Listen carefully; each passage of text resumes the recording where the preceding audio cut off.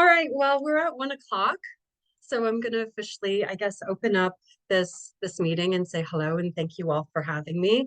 My name is Monika Marczuk. I'm certified practitioner. What else?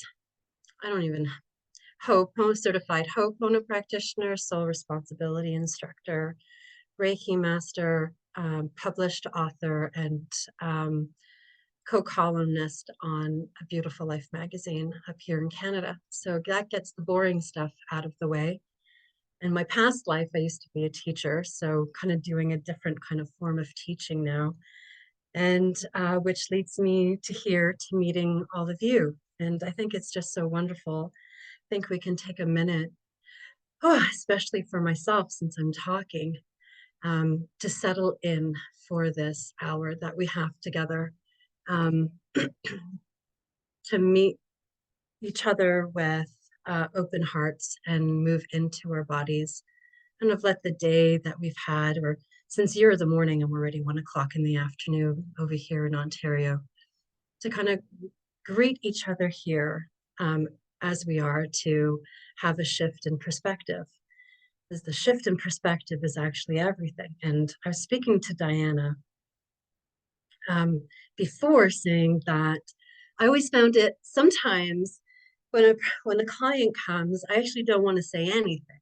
I just want to sit with them and just be with them and observe them. And this is what we're doing in Body Talk anyway, observing the shifts happen within the client. And so to be together in this space of observation, and these shifts can happen. So as a little disclaimer, although the topics that I'm going to be approaching today has overlap with breakthrough, I am not a breakthrough practitioner, although I have been studying breakthrough since 2004. I actually started studying breakthrough before I got into Body Talk.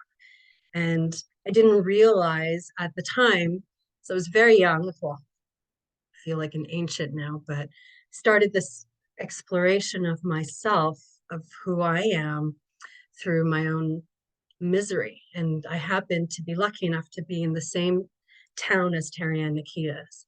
And so she was in Montreal and I was in Montreal, and synchronicity brought me to her through actually a store, an esoteric store in Montreal called Le Mélange Magique, where she used to do tarot readings.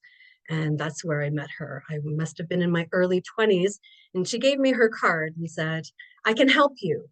And so I called her. I said, I have no idea what this is about, but let's go. And so thus began my journey to nowhere. Began my journey to absolutely nowhere. But put me on this path. That being said, I'm not a breakthrough instructor. I may be presenting ideas that may seem similar to breakthrough, but that's not, I know Robin said, had a little blurb that it's breakthrough-y. Although I'm highly influenced, my work is highly influenced. Just a little disclaimer, if you want to actually get fully immersed in what breakthrough is, then Esther's doing some great work. She's teaching classes. I know she's out in New Zealand. Caroline Linton out in South Africa is teaching, and she's an instructor. So if you really want to be immersed in what breakthrough actually is, I would recommend that you go and seek those people out. But then, needless to say, my work is highly influenced by that. So I'm going to come from this perspective, my own experience, my practice, and what it's done for me, and really ultimately my softening. So even that, I just feel like taking a pause right there, because the harshness that we come up against is actually the harshness of our own mind. So you can look for yourself in your life. I'm going to cry. I feel like I'm just going to get so emotional here. I'm feeling all of you. and all of the things that you say about yourself potentially as a practitioner. Maybe it goes further. I know we're talking about in practice.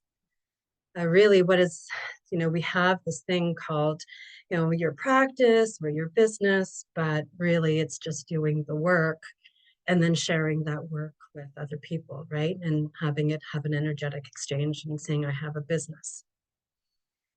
But it impacts everything.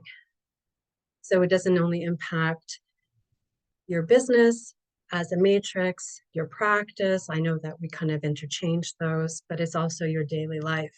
So how do you meet yourself? Do you treat yourself with softness? Do you treat yourself like someone you're responsible for? Oh, take a deep breath. I could feel something happening in the lower gut right here. For some people, it feels like a punch in the gut. So do you actually treat yourself like someone you're responsible for? So you can think about someone you're responsible for.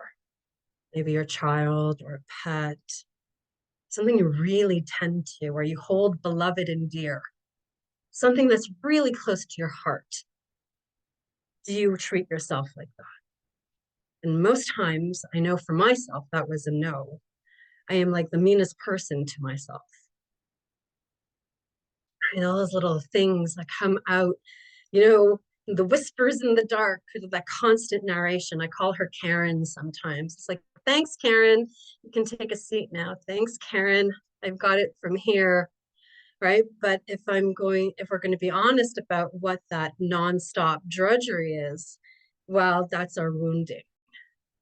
That pesky mind or those incessant thoughts about yourself is actually the wound coming to surface to be tended to and healed. And it's coming out in a really awkward way.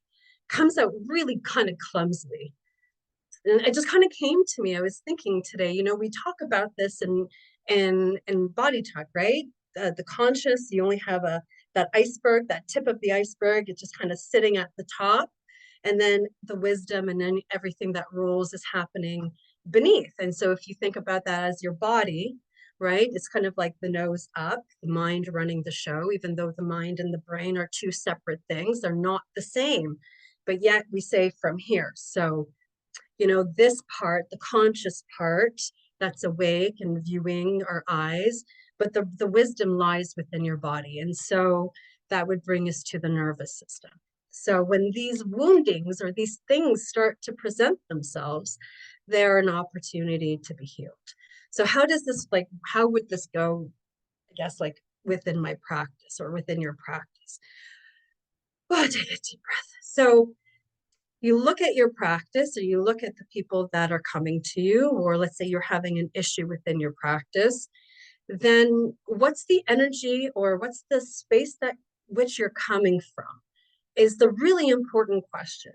So this could be in any relationship, right? Because the relationship with your clients that you have is a relationship, the relationship that you have with your practice, your loved ones, your life even. What's the space that you're coming from? Like what energy point are you, like not energy point, but what's that energy that you're coming from? And that dictates everything. That doesn't matter what you do. So let's say, for example, I'm going to just use self-love as an example because this is really big. This is something that I've been hearing a lot. It's like, oh, I have my self-care routine. Okay, but what's the energy from which you're coming from? Is your self-care routine based on there's a problem? You think that there's a problem with you? Do you think that you're inherently faulty? Do you think you have to prove, are you proving to yourself that you take care of yourself? It doesn't matter what you do in your self-care routine. It doesn't matter. It could be sitting on the couch or brushing your hair or brushing your teeth or seeing a client. But that space from which you come from dictates everything. So if you're coming from a space of, I need to prove that I am good. I need to prove that I'm good at what I do, let's say as a practitioner. then that's coming from that proving space. That's coming from a need. That's coming from a goal orientation, or where we like to say in Body Talk, motivation versus enthusiasm, right? So that motivated, that goal orientation, that motivation is to trying to disprove something about yourself. It's like, well, I got to prove that I'm worthy of being taken care of. So I've got my list of all of the things that I do to take care of myself. And that proves that I'm worthy, or that proves that I'm good. So that would be that goal orientation. So you can think about this in respect to your practice.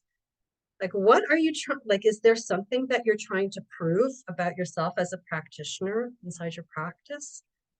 Are you coming from a space of neediness or orientation? Or perhaps you think that to be a good practitioner, that the client's experience of the session means something about you. Oh, that one hits me in the gut here for this group. The person, whatever their healing is a direct reflection upon you as a practitioner. What makes that true? Right? So you can hear all of your thoughts coming in. There's already a burp, so we're shifting something here. And a burp again. So there's someone, I feel like choke strangled in the throat. So interesting. So all these defenses and I'm going to show you exactly what it means. So you can think about this for yourself in your practice. What space are you coming from? And then if you're coming from a needy space in your practice, like this person needs to have this experience, and no longer becomes about the client on your table, but it's about your neediness to prove to yourself that you're a good practitioner. And this conversation is going in a completely different venue than that I thought that we were going to go into. So intuition brought me down right through here. I don't know what's coming up, because I had something completely else different planned to talk about. And here I am talking about this different aspect. So I'm going to ask if there are any questions, because I could feel something, and I prefer interactive conversations rather than me just sitting and talking, and like to get a sense of where you're at, or if it's shifted something underneath. I know this is a little bit against the grain, and that we usually leave questions to the last 15 minutes. Am I allowed to be stepping out of protocol, Diana? If we can just kind of open up the floor, and if anything's been triggered, or wounding has come up, or even defensiveness, or is like an uneasy feeling, or something's hit you in the gut, I'd love to hear about that if you're open to sharing it. I know it's kind of public, but even if you write me a note. No? No one? I can say something if it's okay. Yeah. Yeah. I feel like as a practitioner, I have just had a series of very difficult health crises that resulted in hospitalization. And so now I'm questioning whether I can be a healer if I'm all broken. So there's definitely a lot of that's probably energy that I'm putting into this, and sorry about that. No, it's good. It's fine. It's fine. Okay, so then you've got a lot of assumptions about what a healer is. Yeah. Right. You need to be healed in order to So heal. then you can't be human. Right. So there's your assumption that you believe, and that's the space from which you're coming from. I need to be 100% okay all of the time. I must put my humanness on the side. I must not be human. I must be healthy always. But is that the nature of life? No. So then I must not be in flow of life. I take a deep breath. Must not. I must always be human. So you're coming, I must always be healthy. And it's so interesting that when we started talking yesterday, I was saying that felt like I was hit by a bus. I was feeling so sick yesterday. And I was like, holy smokes, I wonder if I'll be able to get on and do this talk. But things shift. So you've got a lot of assumptions about what healer is. And then also that would put pressure upon you, wouldn't it? And then wouldn't that also force you? Can you force yourself to be healthy? Good grief, No, no. but we have that experience, right? Of trying to force ourselves. And I know it. I know I relate to that so much. I wasn't feeling well. And the only thing that I could do yesterday was lay on the couch. And that is the most loving thing to do in that moment, is to take care of myself. But in the back of my mind, I had that little voice constantly coming up and saying, but look at the kitchen, but look at the floor, but. And so the mind won't stop. Thoughts won't stop. Can't stop the thoughts. Scientists don't even know where thoughts come from. They know the interactions, what thoughts trigger. They can see the synapses passing through the brain and the different aspects of the brain being lit up, depending on the thought process. It interacts a full body experience. You have a thought and it triggers the whole nervous system into having an experience. So you can't stop thoughts. Okay, so then what can I do? Well, I can question. I can become curious about this experience that I'm having. Is it actually true that I'm not a good healer, or I can't be a practitioner if I'm unwell? And it's only going by exploring those dark spots of yourself. I don't even like dark spots. It's just a wound. It's just wounds. We call them shadow self or whatever. It's just places that I avoid, that I don't want to look at because they're uncomfortable. But if you go into the dark spots or the unconscious, well, how do you get there? Well, you ask questions.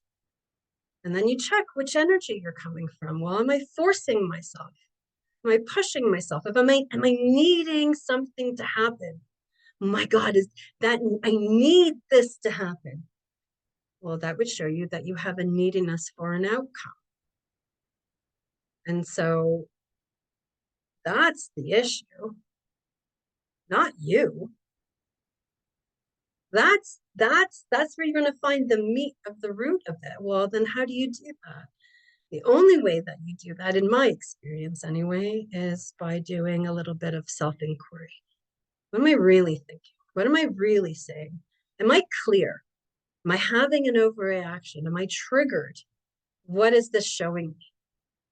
And in my experience, when I'm triggered, the last thing I want to do is feel triggered. And so I try to placate myself with positive thinking, which does not work. I actually hate positive thinking, and I'll put it on here. I hate it. I find it the most disrespectful thing that you can do to yourself while you're suffering. It completely is disrespectful of your experience. It's disrespectful of your body, what your body mind is doing for you. And it kind of skips over to the next thing. Just make it okay. I just want it to be okay. So I'm going to give myself affirmations and positive thinking and pretend I have rainbows and unicorns and pretend that everything's okay, while there's this wound that's coming up to the surface to be tended to. And so the energy from which you meet yourself within your practice as a practitioner is the space in which you'll meet your clients. So you can only see in others what you've already seen in yourself. So you cannot see in someone else on your table let's say if you're in avoidance and you don't see your own avoidance, and your client comes to your table and they're clearly avoiding, you probably won't see it. And if you constantly stay in that conscious mind or what's on the surface, you're missing all the good nuggets about yourself. You're going to miss all the good chunky, like the good meaty stuff, the squishy stuff, the soft part. And you say, oh, it's too hard. I'm so scared to go underneath the surface. I'm going to find out so many horrible things about myself. You've already said them to yourself. All of the meanest things that you can come to find, you've already said them about yourself, and tenfold. Maybe you'll discover something new you never would have known before. Maybe that harshness that you're coming up against is the harshness of your mind. Maybe that harshness that you're feeling is your convictions and your assumptions coming up to the surface. And have you been fully, are you treating yourself like someone you're responsible for? Are you actually taking care of yourself in the way that you would somebody else that you love?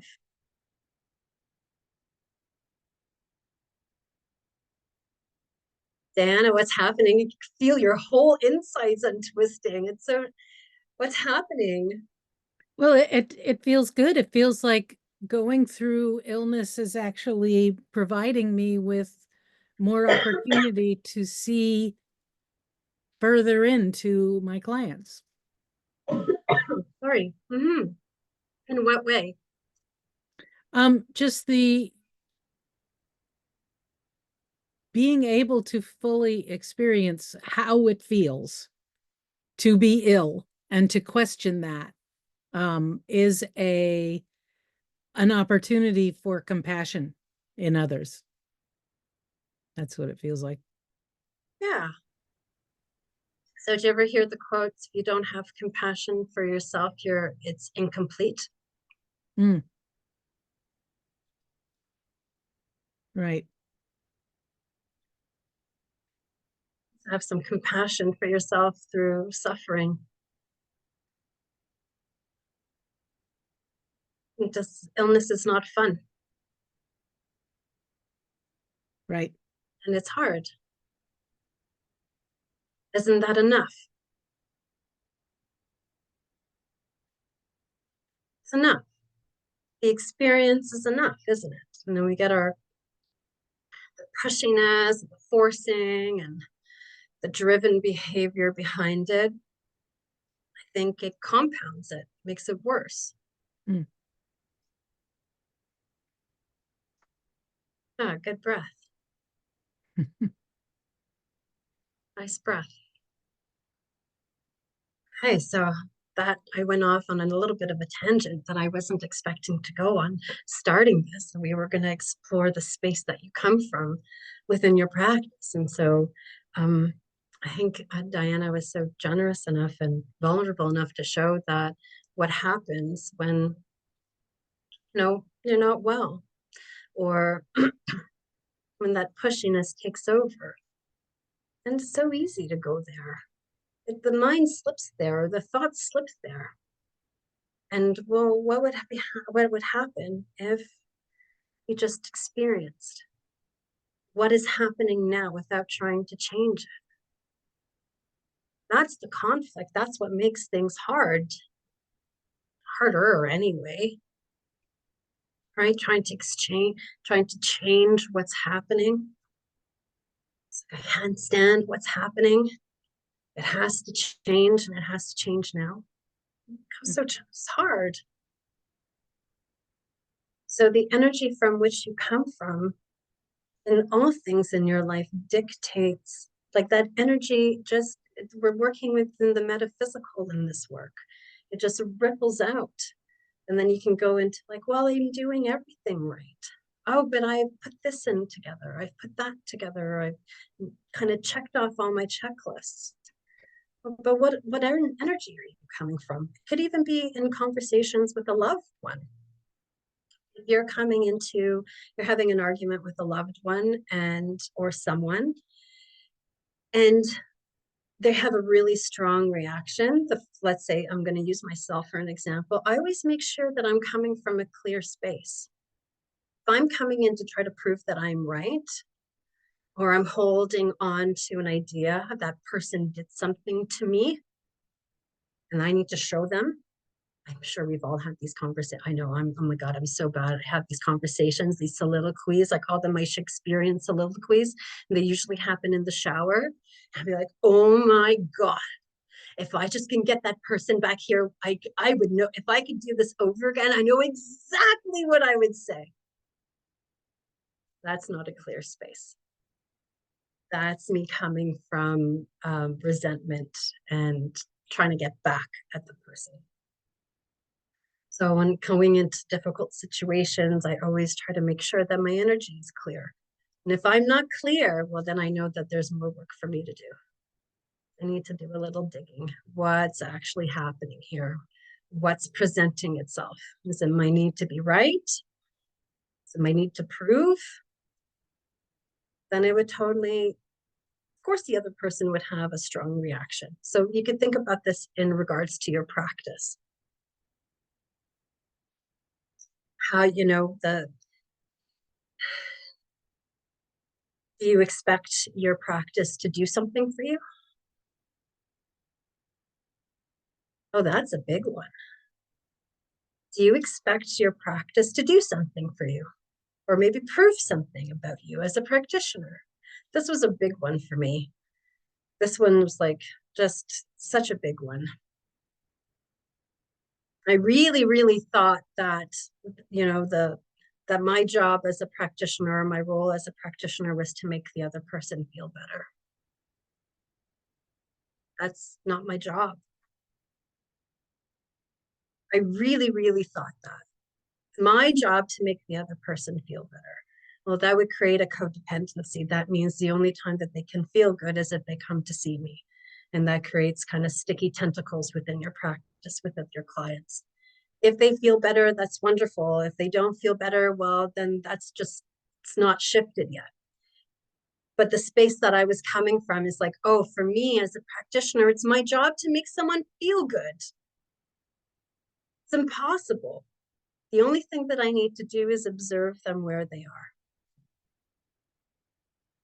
And then if they shift, they shift. And if they don't shift, they don't shift. But that's none of my business. And it's not up to me. Does anyone have any questions? Or does this resonate with anyone? Is it helpful? Am I triggering things? Very helpful. Thank you. Oh, who am I speaking to? Who's that? Leslie, I just wanted to. Hi, Leslie. Hi. Thank you. Yes, I just wanted to confirm and validate resonating. Thank you. Yeah, so what was the nugget that got you? It doesn't have to be the one thing. Several things. Several things. Okay, cool. I mean, just recently speaking to what do you expect your practice to do for you? Are you expecting your practice to do something for you? Are you needing your practice to do something for you? Yes. Oh, can we go through that together? Are you keen to? Sure. Yes, absolutely. Yes. Okay, let's explore together. All right, Leslie, what are you expecting your practice to do for you? I'm expecting my practice to support me financially. Okay, stop right there. Take a breath. Take a breath. Yeah, just stay right there. Take a breath. Take a breath. Just feel that. I expect my practice to support me financially. Yeah. Is that hitting you low in the gut? I could feel almost like my bottom of my belly. Where does it hit you? Where do you feel that in your body? Here, some gut, but here as well.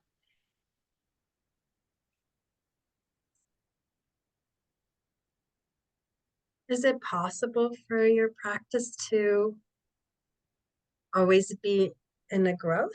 Is it possible for that to happen? Yes, anything is possible. Oh, So the seasons never change, Leslie. It's always in maximal expansion. No. Summer never turns into, right? No. Any change is always occurring, so anything is possible. Right, but stay here because your expectation, it's very different than what, life may bring. Miracles and abundance happen, shifts happen. Yes. You have no control over their shifts. You have no idea what's going to happen, right? No idea. But you have an expectation that it must always grow. No, I think. No, you said it. No, stay here. We're doing some exploration. Stay right here. Okay. You said, yes, I expect my practice to always grow. Okay. Okay. I expect it to always be a maximal expansion and must always be booming. Well, do you want your practice to be booming with 10 or 20 clients piled up in 1 week? Do you want to see 100 clients in a week? Do you want to be in maximum expansion even if you're sick? Do you want to have maximum amount of clients even when you're on vacation? No. Right, but you have the expectation that it must meet these things. It must. But it's an expectation is something that you think must happen. It's based on assumptions. I expect it to go my way. I want it to go my way. But that's not the way life goes. So I can do a little bit on expectations here, just a little one. So you study really well. You got a math test coming up. So you study. Get to the exam. Get your pencil. Failed the exam. Take a deep breath.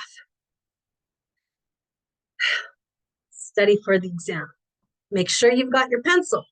You get to the math test. You do the front page. You forgot to flip it over. You fail the math test. But you expect it to pass, right? That didn't happen. All right. I know now. I know exactly what I'm going to do. Study for my math test. I know I need to flip the page over. Get to your math test. You can't find any parking. They lock the door. You fail your math test. Good. Just keep breathing. It's like a constant setup. Expectations set you up for failure, Leslie, don't they? They expect for something to happen. I expect it. Make sure your eyes don't go rolling up. They're going and searching up here. You're not going to find the wisdom up here. Remember, we talked about that what was that called? What's that thing? Iceberg, right? You're going up into the conscious. You're already seeing those things about yourself. We're staying underneath the surface. So you soften your eyes. You stay in if your body's feeling uncomfortable, it's okay that it's uncomfortable. Some of you, when the hero goes or the heroine goes into the dark cave, that's where the nuggets are found. That's where the treasure's found. They don't ever find it sitting on a green bush, all lit up. No, they have to take a wild adventure and they have to go deep into the dark cave and then they find it. They went through all of this and they found their nugget. This is what we're doing now in a different way. Doing a little bit of an exploration. So you got an expectation that your practice must always be booming. That is the only way to bring in money. It's the only way that you're going to be able to take care of yourself. And just completely closes the door on any other kind of possibility because you're limiting it to only your practice. But then you don't want your practice to be 100 clients a day or 100 clients a week because you said, no, I don't want clients while I'm on vacation. I don't want to take clients when I'm sick, or if you have children, while I need to take care of my children, or, do you want to eat and pee and maybe sleep? To have all of your needs met by your practice is really cutting off any other opportunities of growth. It really shuts down those vibes. It's coming from a space of neediness. I need my practice to work this way. But life doesn't work that way. What if there's, okay, fine, I'm not so busy in practice. That's fine. Then something will come up a different way. Maybe someone will go, hey, Leslie, here I just found a basket of old clothes. Maybe you want to sell those. Or someone will go, do you want to walk my dog? I'll pass you $20. However, there's always a way. But when you come from a space of neediness or expectation for something to happen, it's actually shutting down life. It's shutting it off, saying, I know better than God. I need it to happen this way. Because at the end, it's like, isn't it control? I need to be in control. I need it to happen the way I do, the way that I want it. But the seasons change, and your practice is also an alive thing that changes. Sometimes it's busy, sometimes it's not. And it also is in conjunction with what's happening with the planets, because we're not separate beings. We're all interconnected. So what's happening planetarily, what's happening within your charts, what's happening within your life cycle, and are you actually treating yourself like someone you care for, that someone you're responsible for? Like, where's you in all of this? You're talking about your practice needing to be at maximum. Well, wouldn't that mean that you would need to be there all of the time since you're doing the sessions? It's like, where's your rest? Where's the rest? Where's the playfulness? Where's the curiosity? Where is the softening into what's happening? And this is what I was speaking of. Thank you for bringing this up, Leslie. It's like the space from which you come from in your practice dictates the energy that you give out. And if you're coming from a space that you expect your practice to always be maximum, when it goes against life, that's not the way life moves. Cycles change, practice goes ups and downs. Sometimes there's no clients, but you have no idea what that spaciousness is opening you up for. So when I don't have any clients, I'm like, oh, I could rest. I could really rest. I can organize my office. That's also putting energy into my practice. I can reach out to other clients. I can talk about it. I can take a walk. I can play. When was the last time you were playful within your practice? Oh, I wonder what's going to happen today. I wonder what's going to happen today. I'm going to play within my practice. When was the last time you played within your life? When was the last time you actually connected with yourself and felt yourself without trying to change yourself or push yourself to feel a certain way? And to actually sit with your discomfort and welcome it in. Welcome it all in. Welcome it all in. It's not separate of you. Doesn't mean it's who you are. It's simply an experience.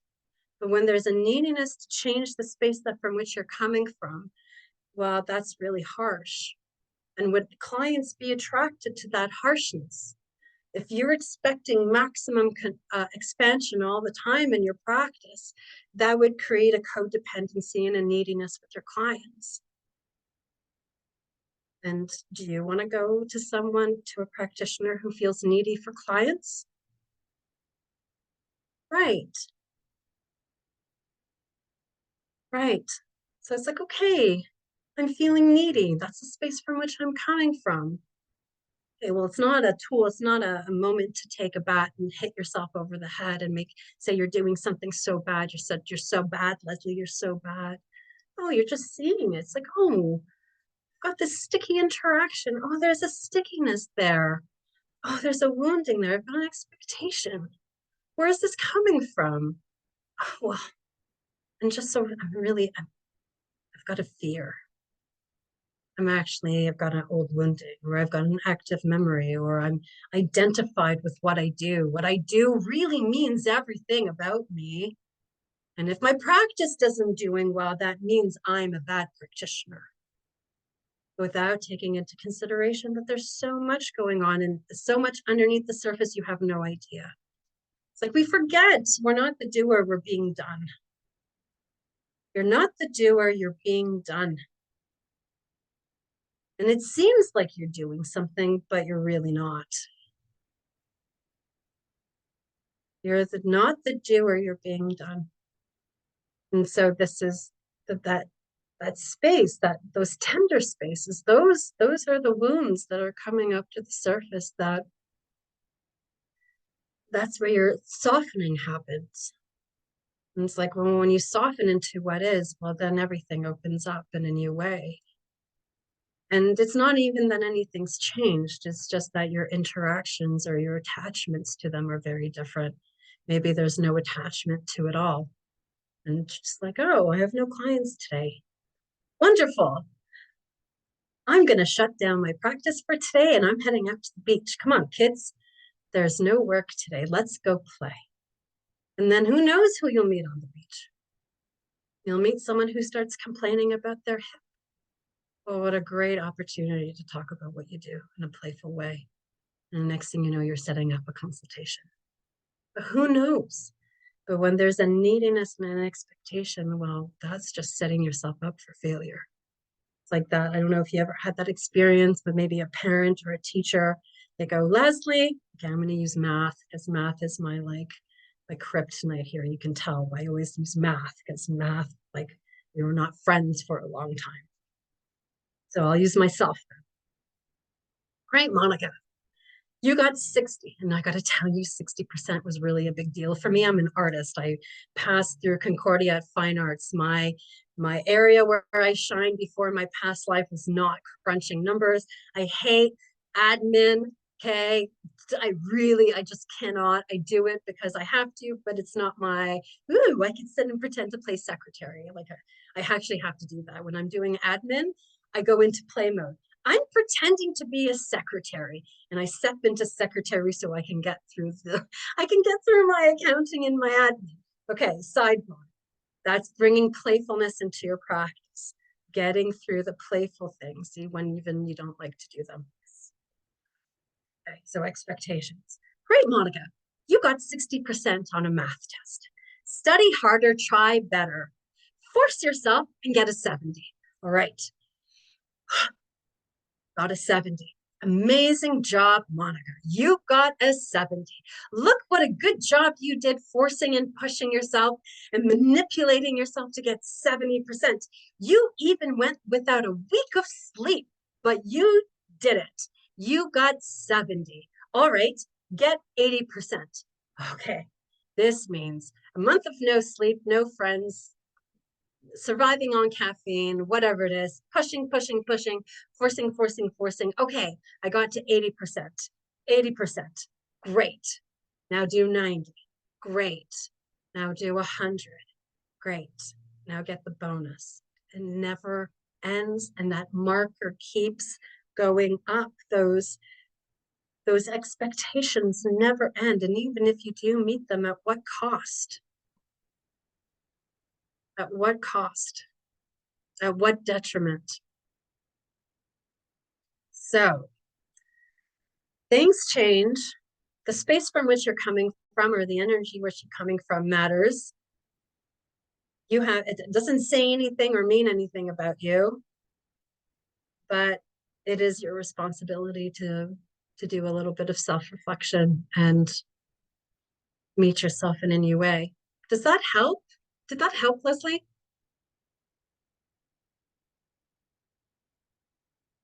Okay, we're at 45. I think I'm done with my tangent done. Does anyone have any questions? Comments?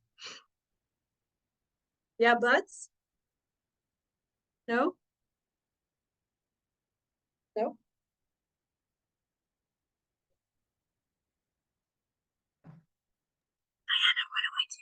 I think that it's a good reminder about the sponsoring thought behind the motivations, for why we do what we do.